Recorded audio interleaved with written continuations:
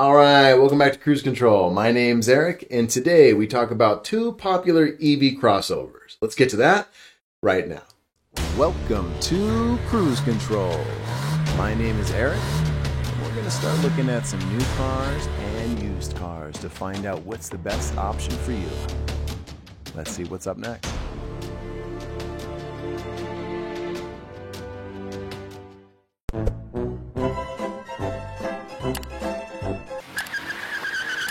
All right, first and foremost, no, the Tesla Model Y is not in this EV cross comparison, even though it is probably the most popular EV at this point in the crossover segment, and I'm going to tell you why. Tesla said that they were going to release a $40-ish thousand, they always change their pricing, but a $40-ish thousand Model Y. I haven't seen it yet. On the website right now, the cheapest buy now price is $57,990. That's not affordable for a lot of people, so I went with what was affordable. So I chose the two next best options. One is the Ford Mach-E. It was built to $45,595, so we're talking $12,500 cheaper than the Model S. And the next one was the Volkswagen ID4, $43,675. So now you're talking over $14,000 in savings. Those prices matter. So we're going to start off with those two, and then at the end, I'm going to tell you which one I would pick and why. And then I'm going to ask you which one you guys would pick, or which one you guys really did buy. Or did you buy the Model Y? And tell me why. So here we go. The standard range battery pack is what I chose with the Ford Mach-E. I was going back and forth, but I decided to save $5,000 and not get the extended range. If you want the extended range, I understand. 211 miles of range is not a lot of range, but then neither is 270. So I couldn't see $5,000 for 69 more miles of range. I just didn't see the value in that. So I just chose the standard range. I did choose all-wheel drive over the rear-wheel drive. I do live in Colorado, so I want an all-wheel drive only.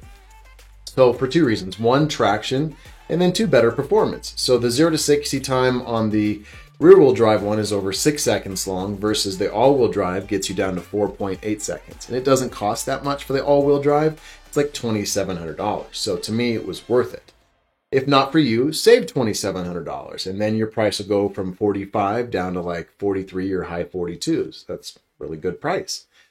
Everything else I left alone. I didn't add any extra bells and whistles. I just left it as what it could be. I didn't pay for extra paint options. I didn't pay for any extra features. So that's why the price is only $45,595.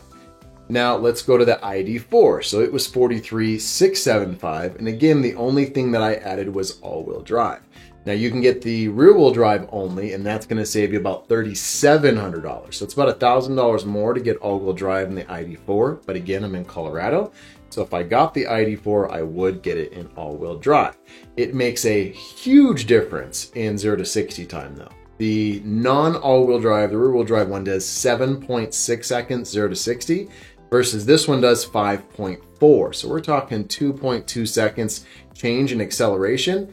Look, I'm not looking for these to be drag light racing. That's not why I care about 0 to 60. Let me tell you why I even bring up 0 to 60 on this channel. I care unless it's going to be a sports car, but in normal everyday cars, there are times that you need to get out of a certain situation. What I like about EVs is that power is available instantly. So let's say something is, coming into your lane, or you need to get out of something. If you have that power available, you have it on tap, you can go. And with all-wheel drive, you don't have to worry about it breaking traction. It's a little bit more confidence inspiring. And there are times that you need power to get out of the way of certain situations. So that's why I bring up 0 to 60. It gives you a relative idea of how quickly something could get out of the way. So then there you go. Now the battery pack on the ID4 is bigger. So it's an 82 kilowatt battery pack versus the 70. Only like 77 of it is available, but still larger range. So 240 miles of range versus 211, and the vehicle's cheaper. Now, here's where it gets interesting. It has more space behind the rear seats with its 30 cubic foot of space, but it has no frunk. And I do like that a lot of EVs have a front trunk, and that's what a frunk is. It's where you can store things in the front, where the engine used to be, but in the ID4 it does not have that. But it does have more space behind the rear seats, and it has more space when you fold it down. So the cubic feet behind The Ford Mach-E is right under 30 cubic feet of space, is like 29. And then when you fold down the seats, it's like 59.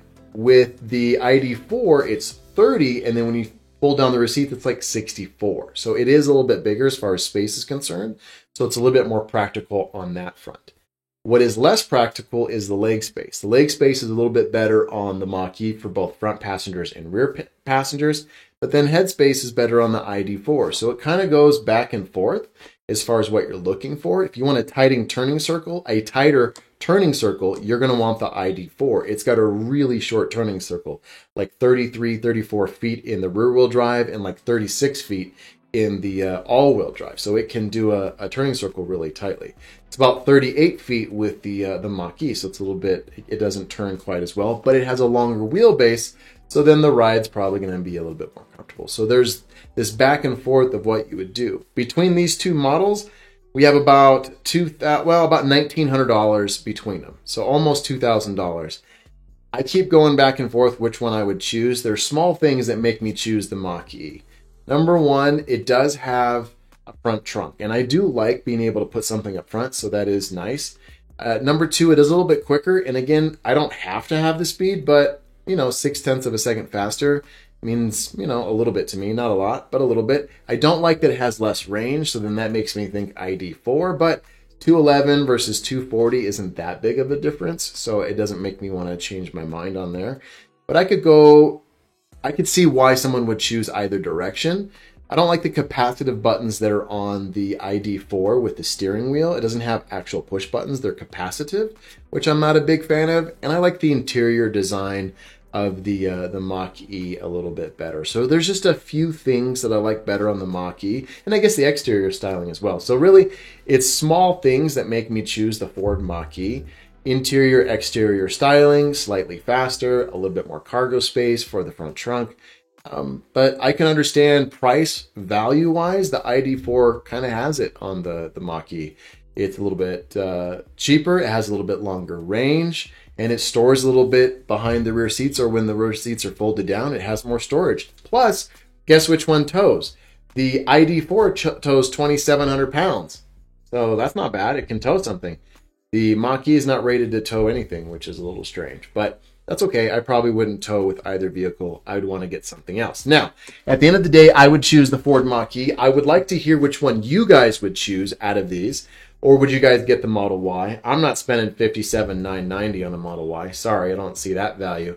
But what I really would buy at the end of the day is the $39,000 zero option Ford Lightning. That still seems to be the best all-arounder, right? So 230 miles of range already comes with all-wheel drive. I can tow 7,700 pounds in the base format. You have to get a tow package to be able to tow the 10,000, but it can already tow. It's already cheaper. It already has longer range.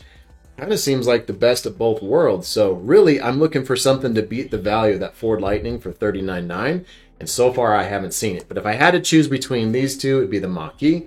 Again, leave your comments down below. Tell me which one you guys would choose. My name's Eric. This is Cruise Control. Thank you for watching.